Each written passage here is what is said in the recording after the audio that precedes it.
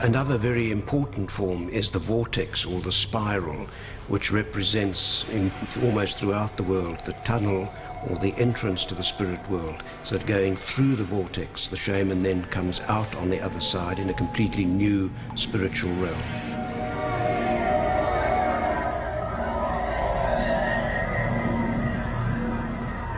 It's very different from having wishful fantasies or be doing some daydreaming. You know, it's literally an inner travel comparable to the space travel. Pioneering consciousness researcher Stanislav Grof has spent more than 4 decades researching the science of the ancient shamans. He says shamans also used breathing techniques to alter their consciousness. He teaches modern travelers to produce a mild form of oxygen deprivation in the brain, similar to that experienced by climbers at high altitudes.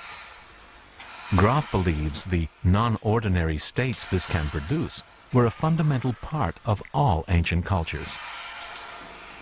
The Western industrial civilization is really the only group of people throughout human history that does not hold the non-ordinary states in high esteem.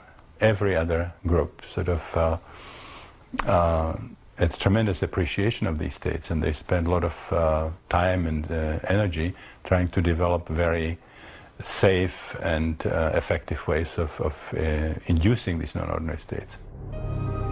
Human consciousness remains largely a mystery to science.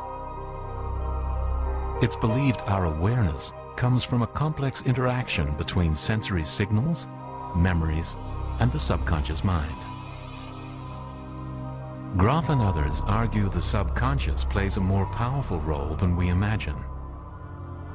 That we use it to develop ideas, and through the ages, our ancestors used it to develop human intelligence. The ideas, the inspiration that can come from non-ordinary states can help later when the person returns into the ordinary state, you know, to substantially improve one's way of being in the world. Advocates of this theory suggest inspirational ideas can come from a transpersonal realm, hidden from everyday awareness. That the dreamlike imagery in altered states often contains solutions to the questions on our minds. Many people in the transpersonal field feel that all genuine, really deep creativity comes from the transpersonal realms. Obviously, you have to do your homework. I mean, you have to sort of consume somehow the information of a particular discipline. You have to be aware of the problems. You have to define them very clearly. But the solution very frequently comes in a non-ordinary state.